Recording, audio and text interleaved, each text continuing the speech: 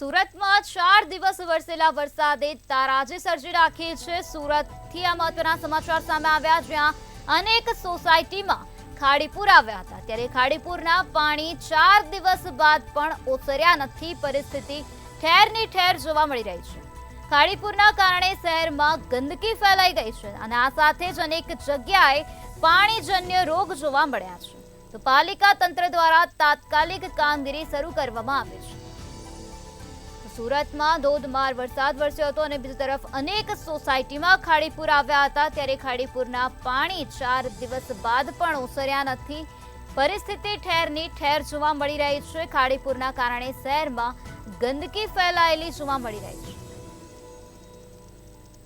તો આ જ મુદ્દે વધુ માહિતી આપવા માટે આપણી સાથે સંવાદદાતા દિવ્યેશ પરમાર જોડાઈ ગયા છે।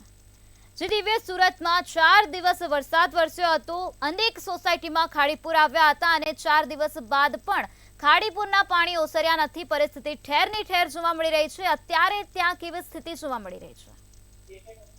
જી બિલકુલ થી જે પ્રકારે સુરત શહેરની અંદર જે પ્રકારે છેલ્લા 4 દિવસથી સતત ને સતત વરસાદ પડ્યો હતો, તેને લીધે અનેક વિસ્તારોમાં ખાડીપુર આવ્યા હતા। કારણ કે સુરત અને સુરત જિલ્લામાં જે પ્રકારે સતત વરસાદ પડ્યો હતો, તેના કારણે ખાડીઓના લેવલ વધ્યા હતા અને ખાડીઓના લેવલ વધતાની સાથે જ આસપાસના તમામ ઘરો જે હતા તે ઘરોની અંદર પાણી ઘૂસી ગયા હતા અને આ ઘરોની અંદર પાણી ઘૂસી જતા ખૂબ જ તારાજી સર્જાઈ હતી। મહત્વનું એ પણ છે કે જે પ્રકારે લોકોની માલ મિલકત હતી, અનાજ સાથે ઇલેક્ટ્રિક વસ્તુઓ સહિતનો જે સામાન હતો, તે સામાન બગડી ગયો છે। કારણ કે તમામ લોકો છે ખાડી કિનારે આસપાસ તેમજ તેનાથી દૂર રહેતા હતા, તે લોકોને પણ આ વખતે ખાડીપુરનો સામનો કરવો પડ્યો હતો। તેમના ઘરમાં પણ ખાડીના પાણી ઘૂસી ગયા હતા। એટલે એકંદરે કહી શકાય કે સુરત શહેરમાં ખાડીપુરે તારાજી સર્જી છે।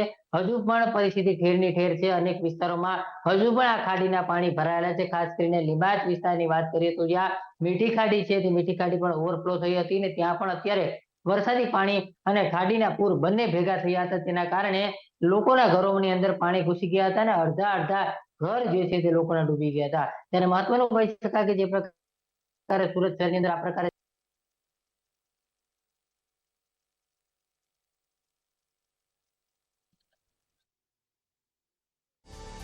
દિવ્યેશ, સમગ્ર માહિતી આપવા બદલ આભાર। અત્યારે સુરતમાં લોકોના ઘરો અત્યારે પાણીમાં ગરકાવ થઈ ગયા છે। જ્યાં નજર કરો ત્યાં ઠેર ઠેર જગ્યાએ પાણી જ પાણીના દ્રશ્યો જોવા મળી રહ્યા છે। લોકો અત્યારે ત્રાહિમામ પોકારી ઉઠ્યા છે।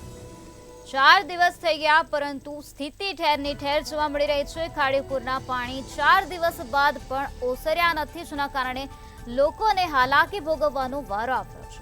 તો ખાડીપુરના કારણે શહેરમાં ગંદકીનું સામ્રાજ્ય જોવા મળી રહ્યું છે। અનેક જગ્યાએ પાણીજન્ય રોગ જોવા મળ્યા છે।